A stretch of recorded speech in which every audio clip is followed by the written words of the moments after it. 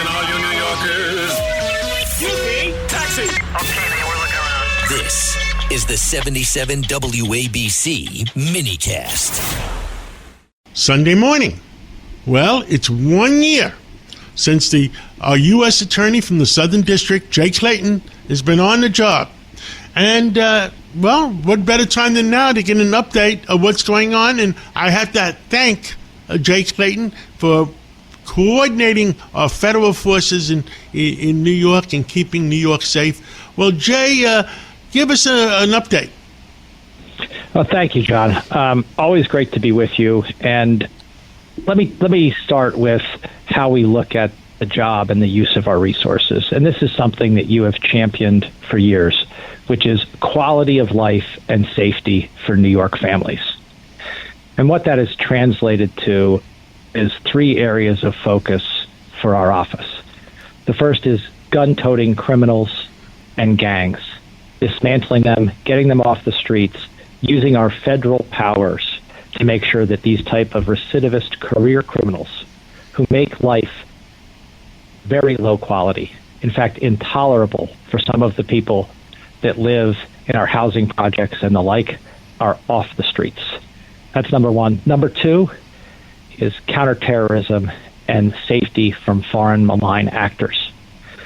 We face threats every day, and thank God for the coordinated work of NYPD, FBI, Homeland Security, and our other partners to help keep New Yorkers safe.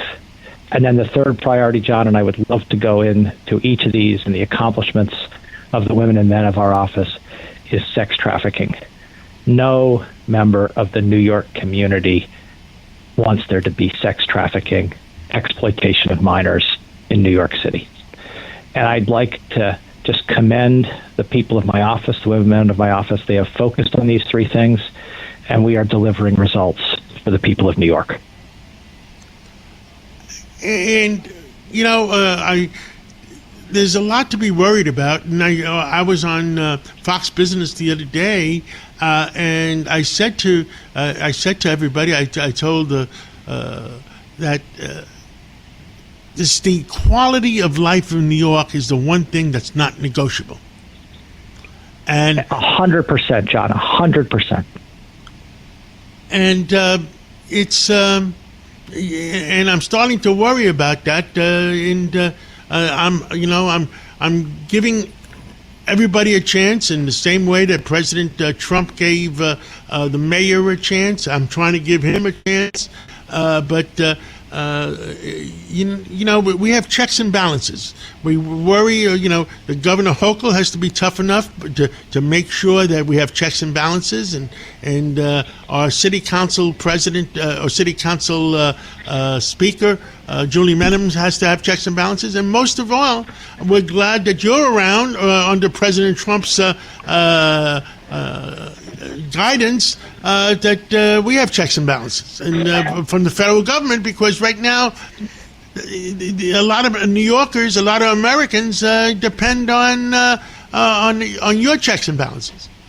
Well, I can tell you that in those three areas, we have the complete support of the President of the United States.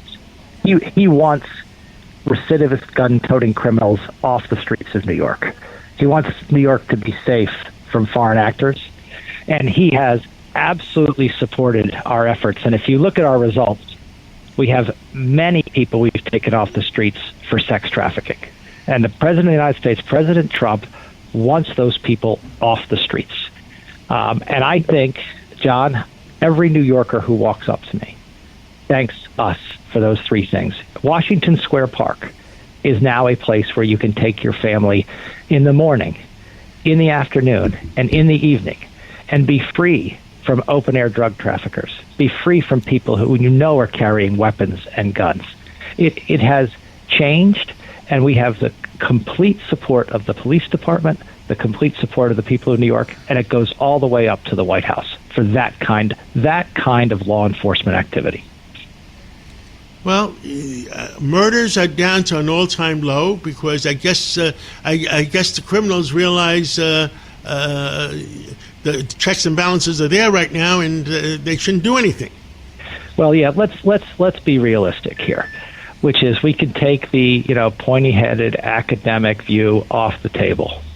Criminals respond to incentives. If they don't think they're going to jail, they're happy to deal drugs. They're happy to deal deadly drugs like fentanyl, and they're happy to carry guns. If we show them that if you deal fentanyl or you carry a gun in a crime, that you're going to do federal time, that we're not going to follow the state here and basically bend over backwards to find a way to release criminals. We're going to get them off the streets. And you know what? They now know that. And so they've changed their behavior. Murders are way down. And I have to we got to thank the NYPD here, John. This is not just FBI, Homeland Security, and the DOJ. Our partnership with the FBI is great, but our partnership with the NYPD at identifying the worst of the worst and getting them off the streets is just every day contributing to the quality of life for New Yorkers.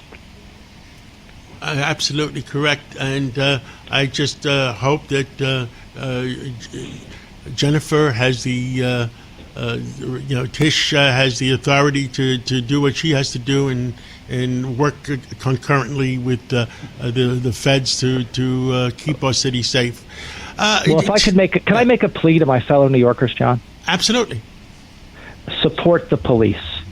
The police encounter hundreds of difficult circumstances every day. They face split-second decisions where they're challenged, where people have weapons, where people are looking to do them and New York citizens harm every single day. And every once in a while, someone may post a video, even a slice of a video, where they're trying to insinuate, suggest that the police are somehow, I would say, overly aggressive, that they're acting outside the bounds of law. These are such isolated incidents. And if someone's bad, sure, we should get them out of the force. No doubt about it. But, thousands of encounters over the course of a month where they behave in the most professional and upright way. Every New Yorker should be supporting the police department every day.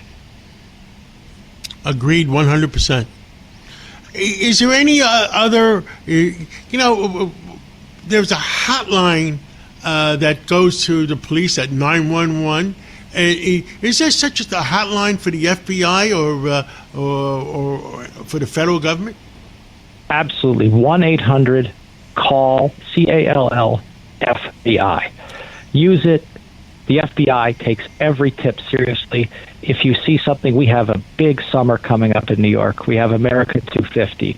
We have the World Cup.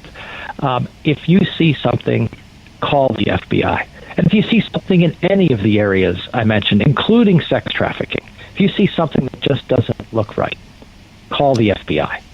We are here to respond to the needs of New Yorkers. Now, the three items of the quality of life is being able to walk around and feel safe. That's one of them. That's one of the most important ones because we all have kids and grandkids. And the second one is, foreign influences feeding drugs to our kids. And it looks like we're on the right track. Yep. And people should know this now. We've had this charges against Nicolas Maduro. We have the guilty plea by his colleague and alleged co-conspirator Carvajal for trying to flood the U.S. with cocaine. But they are not the only ones, John. There are a handful at least, and probably more, government-sponsored, government-adjacent foreign actors that are flooding our streets with drugs. And our only focus should be on bankrupting them. This is an attack on the United States. I mean, we're down. We had 100,000 fentanyl deaths a number of years ago, 4 or 5 years ago now. Thank God we're down to half that. It should be